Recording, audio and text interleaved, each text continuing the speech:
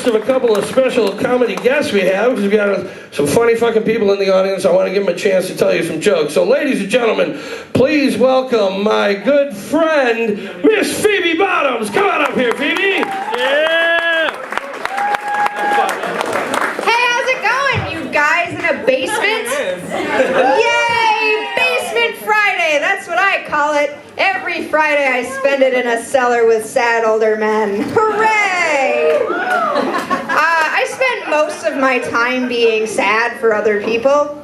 I watch a lot of Pet Hoarders. I love it, I do, because I like it because finally we have a way to measure number of animals to a degree of sadness. Because they go through the backstory of these people and then explain how they amassed all of these animals that they're hoarding.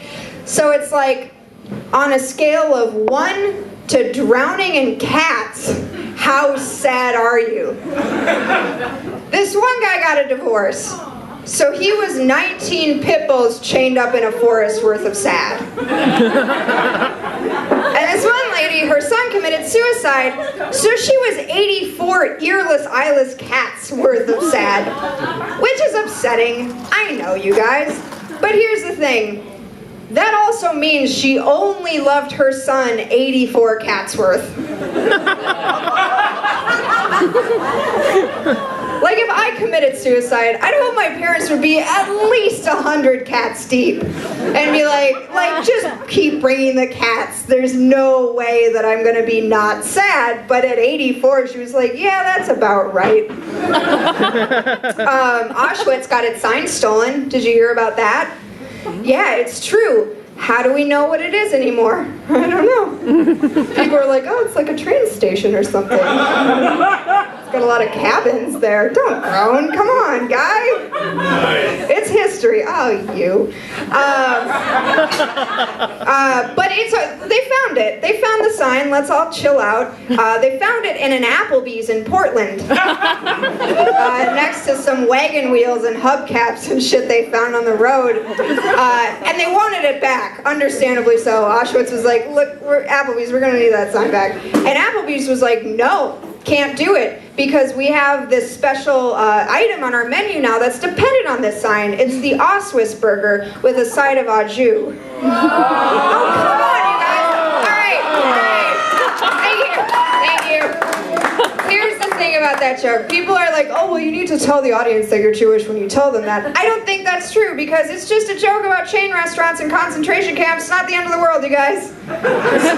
Two of the worst things put together. That's not restricted to just faith. That's a sadness for everyone to share. Let's buy some gerbils in excess.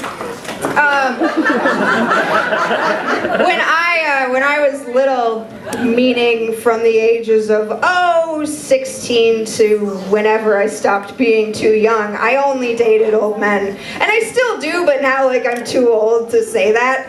But it was great because I feel like there are two pieces of advice that my mom always gave me. The first one was, Phoebe, find a man with children who controls you with intimidation. So I did that.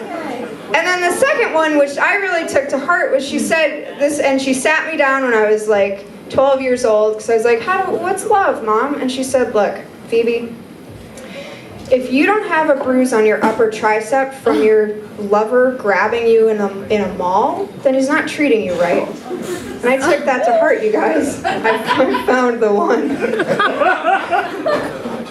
Don't get weird. I just told you I found love in a mall. A 40-year-old guy with 8 kids. Be happy for me. I think the drinking age should be lowered. I do.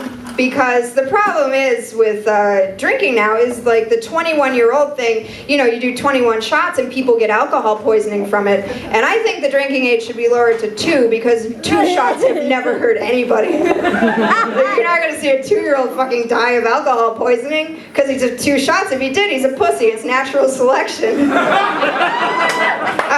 I'll leave you on this, and we can continue watching an amazing lineup of comedy.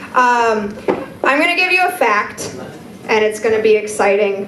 And you can go to your water coolers at your respective jobs in the next couple days and share this tidbit of information with your friends and coworkers and peers. This is something I learned when I was in public school in biology class. Did you know that gay man's cum tastes like apple butter? It's true. I know you're skeptical. You're like, oh, we always thought it tasted like mayonnaise. Not so, audience. I'll tell you what happened. In the 1820s, there was a big elf war. It was like really bad, and you know how like Australia and Romania were used to send like criminally insane mental patients and like prisoners of war? That was gay men became that for elves. So in the pelvis, there were all of these like insane elves living, and they grew apple orchards. And they went throughout their lives with growing these wonderful apples. And like they're not insane. I'm not saying all gay men are full of evil elves, but they're descendants of it, and they grow fruit. And so what happens is they like pick the apples all day, and they put them in their little respective baskets. And but then every solstice eve, every so often, things start to get shaky. And the elves have to appease a snake god. So they churn up the butter to appease it. They're like, hurry, put more in. We need to quell the beast. So they churn up the butter, and then they shoot it all over another man's face or back, or wherever gay men have sex. I'm Phoebe. You guys have been super fun. Enjoy the rest of the night. Go see Phoebe at the Monterey Comedy Show.